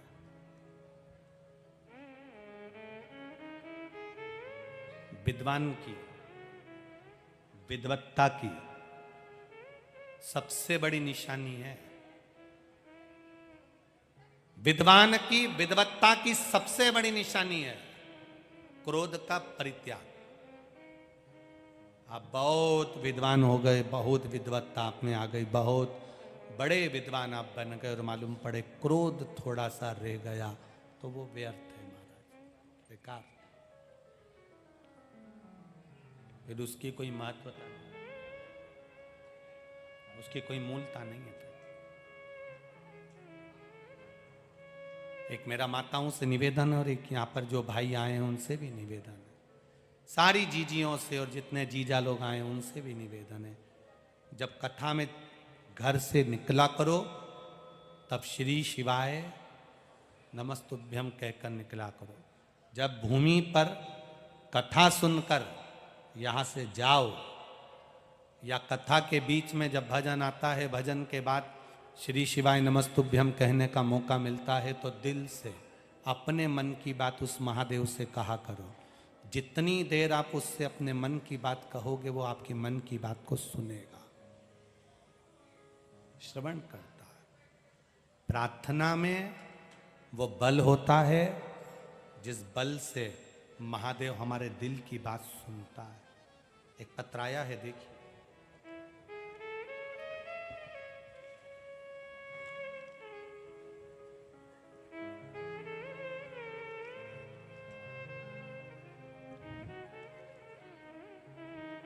मेरा नाम कुमारी पूजा भरत पाटिल, गांव कारंजा, तहसील बालापुर, जिला अकोला से हूं। कहीं बैठी हो तो हाथ हिलाइएगा, अगर कहीं बैठी हो तो हाथ हिलाइएगा। मेरा नाम कुमारी पूजा भरत पाटिल, कहीं बैठी हो तो हाथ हिलाइएगा। मैं पूजा भरत पाटिल, गांव कारंजा, तहसील बालापुर, जिला अकोला से आई हूं। कहीं बैठी हो तो हाथ हिलाइएगा। नहीं दिख रहा है? गुरुदेव बाबा के एक लोटा जल का मैं क्या वर्णन करूं। हमारे घर का हर सदस्य बाबा को जल चढ़ाता है। मेरी बहन दीपिका पाटिल, जिसका इंजीनियरिंग पूरा हो गया था, उसके बाद में नौकरी के लिए अप्लाई करती रही पर नौकरी नहीं लगी। बहुत टेंशन में आ गई। पढ़ाई अच्छी करने के बाद में, रिजल्ट अच्छा आने के बाद में भी नौकरी नहीं लग रही थी। शिवजी को जल चढ़ाते चढ़ाते तब उसने बैंक की कोचिंग करना प्रारंभ करा। सबके कहने पर शंकर जी के मंदिर में एक लोटा जल चढ़ाने जाती। विचार करा कि अब मैं करूं तो करूं क्या। बैंक की कोचिंग करते हुए बैंक का एग्जाम देने का प्रयास किया। जब एग्जाम का समय आया, एक बेलपत्र की पत्ती पर शहद लगाकर शिव जी को समर्पित करना और बाबा को चढ़ाकर बाबा से कहकर नौकरी के लिए अप्लाई करना। बाबा की कृपा देखिए गुरुजी, इंजीनियरिंग क्लियर करने के बाद भी जब नौकरी नहीं लगी, शिवजी पर भरोसा कर कर एक बेलपत्री और शहद का क्या वर्णन करूं, बाबा की कृपा से 30 अप्रैल 2023 को बाबा ने कृपा कर दी और गवर्नमेंट जॉब बैंक में मैनेजर की पोस्ट पर लगा दी। मैं बाबा को यहां प्रणाम करने के लिए, ये शिव तत्व है, योग घड़ी। तेरी कृपा बिना न हिले एक भी अणु, लेते हैं श्वास तेरी कृपा से तनो तनो। एक पत्र और देखिए, पत्र सभी सुंदर हैं।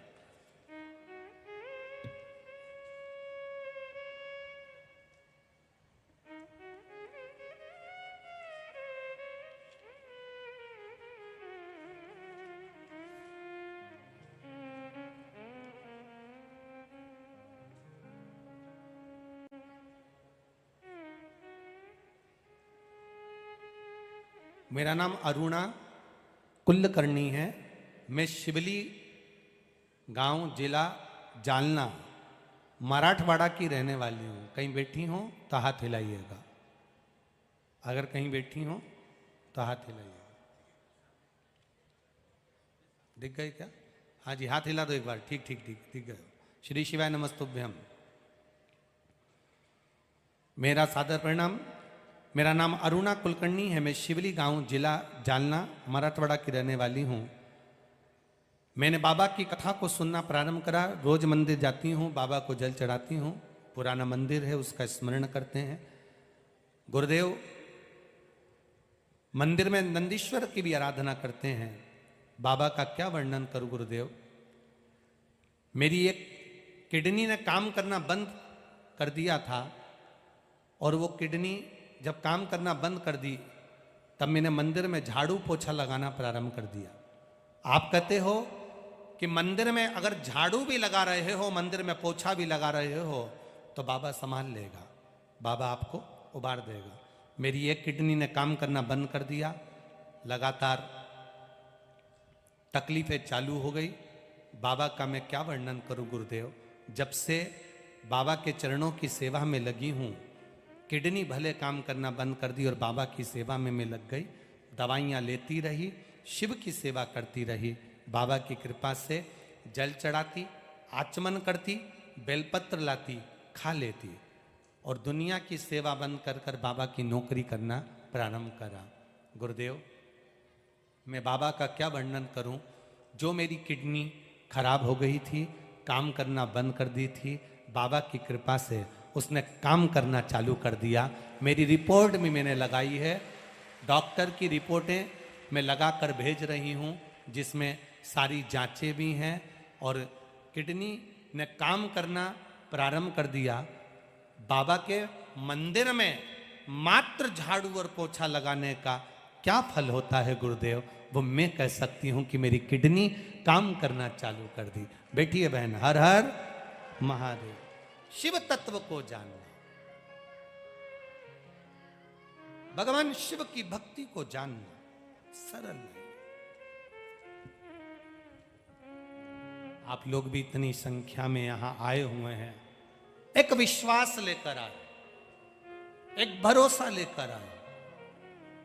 तो और पत्र तो हम पढ़ ही नहीं पाए हैं, इतने सारे पत्र अभी भले आज की कथा में ना पढ़ाए हों, पर प्रयास करेंगे कि कथा में पत्र आप लोग जो भेजे हैं, इन पत्रों का भी स्मरण करा जाए। ऐसा नहीं कि ना करेंगे, करेंगे। सुनो शिव पुराण। पंडाल में बैठकर नहीं सुन सकते तो दोपहर में 1 बजे टीवी चैनल के सामने सुनो। नजदीक में रहते हो, 7 दिन में से 1 दिन निकालकर शिव महापुराण के चरणों में पहुंचो। माना सुबह जल्दी कथा चालू हो रही है, 8 बजे से लेकर 11 बजे तक कथा है, माना सवेरे 8 बजे से 11 बजे तक हो रही है। पर कई लोग तो कहते हैं गुरुजी आपकी कथा का ही ठिकाना नहीं रहता, कभी 2 बजे कर देते हो, कभी 1 बजे कर देते हो, कभी 4 बजे कर देते हो, कभी 8 बजे कर देते हो। हम उनसे इतना सा कहना चाहते हैं, कथा का भले ठिकाना नहीं होता तो मौत का कौन सा ठिकाना होता है। भगवान बोल के भेजेगा कि 9 बजे के बाद मरना, अभी मत मरना। भगवान कह के भेजेगा कि इसको 12 बजे के बाद उठाना। जब मौत का समय नहीं है तो शिव भक्ति का भी कोई समय नहीं है। जब मौका मिले तब कथा का स्मरण करो, सारी समस्या का हल जब तुम्हारा मन कर जाए, जब तुम्हारा चित्त लग जाए, जब तुम्हारा दिल लग जाए, तब शिव के द्वार जाओ, तब भगवान की चौखट पर अड़भंगा बैठा है, अलमस्त। एक बात कहेंगे, लोग कहते हैं गुरुजी पंढरपुर में हरि विट्ठल जी विराज रहे हैं, पंढरपुर में हरि विट्ठल, पर मेरा विश्वास कहता है पंढरपुर में केवल अकेला हरि विट्ठल नहीं, हरि और हर दोनों पंढरपुर में विराज रहे हैं। साधारण नहीं है। एक बार मन तो बहुत है, बाबा की अगर कृपा होगी ना तो आप लोगों को सूचना जरूर देंगे जल्दी से जल्दी।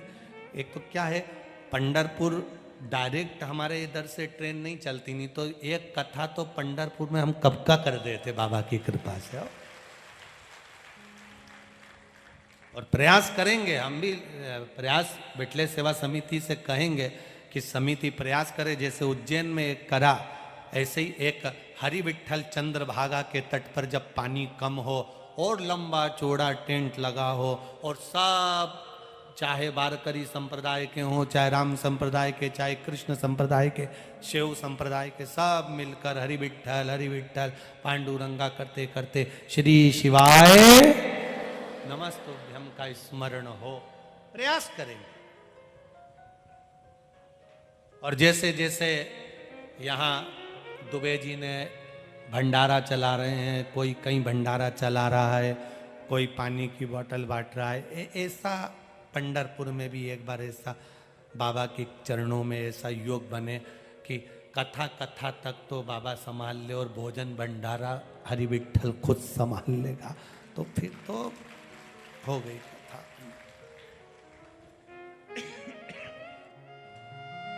प्रयास शिव तत्व की ओर चलने का मन कर।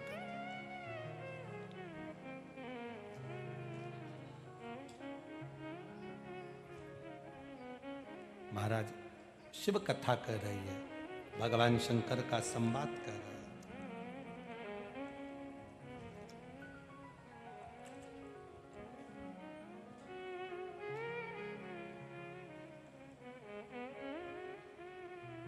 जब हमारी भक्ति दृढ़ हो जाए तब परमात्मा का दर्शन करने में देरी नहीं होती। देवराज चोरी का धन लेकर बाहर निकल गया मंदिर से, पेड़ के नीचे बैठा था, प्राण छूट गए। इसको नहीं मालूम कि ये पेड़, ये वृक्ष बेलपत्री का है, इसको ये ज्ञात ही नहीं है।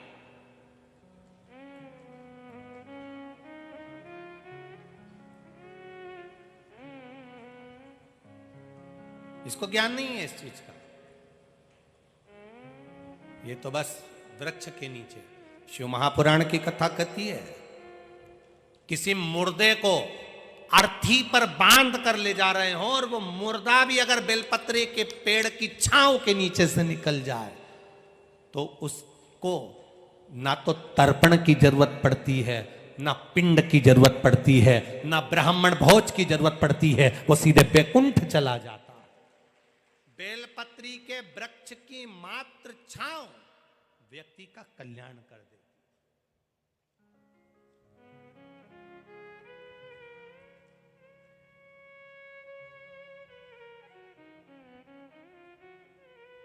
बस मात्र छांव उसका कल्याण कर दे। आप प्रयास करा करो, जितने किडनी के जिसको बीमारी हो, जिसको लीवर की बीमारी हो, जिसको कैंसर की बीमारी हो, जिसको थायराइड की बीमारी हो, जिसको कोई बड़ा रोग लग गया हो, जिसके शरीर में गांठ पड़ रही हो, हम उनसे निवेदन करेंगे आप प्रयास करा करो, हफ्ते भर में एक दिन बेलपत्री के पेड़ के नीचे बैठना है। बेलपत्री के पेड़ के नीचे एक लोटा जल कंकर शंकर मानकर, हमें कोई शिवलिंग का निर्माण नहीं करना है, बस वृक्ष की जड़ में कंकर शंकर को जानते हुए, शिवलिंग मानते हुए बेलपत्री की जड़ में एक लोटा जल धीरे धीरे चढ़ाना है और श्री शिवाय नमस्तुभ्यम कहना है। अगर श्री शिवाय नमस्तुभ्यम नहीं भी कहो तो पंचाक्षर मंत्र का जाप करो, नमः शिवाय। बन सके तो षडाक्षर मंत्र का जाप करो, ओम नमः शिवाय। ये भी नहीं कर सकते तो द्वादश अक्षर मंत्र का जाप करो, ओम नमो भगवते वासुदेव। ये भी नहीं कर सकते तो 2 अक्षर का जाप करिए राम। ये भी नहीं कर सकते तो 2.5 अक्षर का करिए कृष्ण। पर जाप करो, जल चढ़ाते चढ़ाते जिसका किडनी, लीवर, थायराइड आदि आदि बीमारियां जिसको बहुत ज्यादा घिरती हो, हफ्ते में एक बार, जैसे हफ्ते में एक बार तुम होटल जाते हो, हफ्ते में एक बार तुम बाहर घूमने जाते हो, उसी तरह हफ्ते में एक बार बेलपत्री के पेड़ के नीचे बैठकर शिव नाम का गुणगान करिए। धीरे धीरे धीरे धीरे बेलपत्री के वृक्ष में सारी 64 योगनियां, देवियां, देवता, लक्ष्मी, नारायण, ब्रह्मा, ब्रह्माणी, इंद्र, इंद्राणी सब उसी में विराजमान है। जब आप बैठोगे, शिव नाम जपोगे तो धीरे धीरे बीमारी अपने आप समाप्त होती चली जाएगी। हफ्ते में एक नियम बना कि मुझे शिव मंदिर तक जाना है, शंकर जी के बेलपत्र के नीचे बैठकर भगवान शिव का भजन। नियम बनाओ। किस किस के मोहल्ले में बेलपत्री का पेड़ लगा है? हाथ उठाओ जरा। लगा है सबके यहाँ? रखो हाथ नीचे। एक बात बहुत अच्छे से ध्यान करना, जो बेलपत्री का पौधा आपके सिर से ऊपर हो, उसी बेलपत्री के पौधे की पत्ती को लेना चाहिए। जो पौधा आपके सिर से नीचा हो, उस बेलपत्री के पौधे की पत्तियों को नहीं तोड़ना चाहिए, क्योंकि वो कुंवारा रहता है, छोटा रहता है। छोटे के कारणवश उसकी पत्तियों को नहीं तोड़ा जाता। जो बड़ा हो, जिसकी छाया हमारे ऊपर आ रही, जिसकी छांव हमारे ऊपर आ, कई लोगों को हम कहते हैं बेलपत्री के पौधे की पूजन करना चाहिए, बेलपत्री के पेड़ की पूजन करना चाहिए, तो उन्होंने गमले में इतना बड़ा पौधा लगा लिया, उसी की पूजन कर लेती हैं, उसी की पत्ती तोड़ लेती हैं। अब जरा विचार करो, पौधे जो तुमने गमले में बेलपत्री का पौधा लगाया वो छोटा है, उसकी छाया हमारे ऊपर नहीं पड़ रही। हमारे शास्त्र क्या कहते हैं? वृक्ष की छाया हमारे ऊपर पड़ना चाहिए। हाँ, गमले में बेलपत्री का पौधा लगाओ, थोड़ा बड़ा कर लो, बड़ा होने के बाद उसको एकांत में जाकर कहीं जमीन पर लगा कर आ जाओ। वो पौधे को ध्यान रखो, बड़ा होता चले जाए, बड़ा होता चले जाए। रोड के किनारे पर, रोड की साइड में, शमशान जाने वाले रास्ते के किनारे पर बेलपत्री का पौधा लगा होना चाहिए। क्यों? अगर कोई भूल से भी मुर्दे को लेकर जा रहा है, शमशान लेकर जा रहा है और बेलपत्री की छाया उस पर पड़ जाती है, तो उसका कल्याण हो जाता है, वो फिर जन्म नहीं लेता, उसकी मुक्ति हो जाती है, उसका मोक्ष हो जाता है। वो मुक्त हो गया, वो मोक्ष पा गया। शिव कथा कह रही है, शिव महापुराण की कथा वर्णन कर, शिव तत्व कह रहा। देवराज नामक का ब्राह्मण बेलपत्री के पेड़ के नीचे प्राणों को त्याग दिया।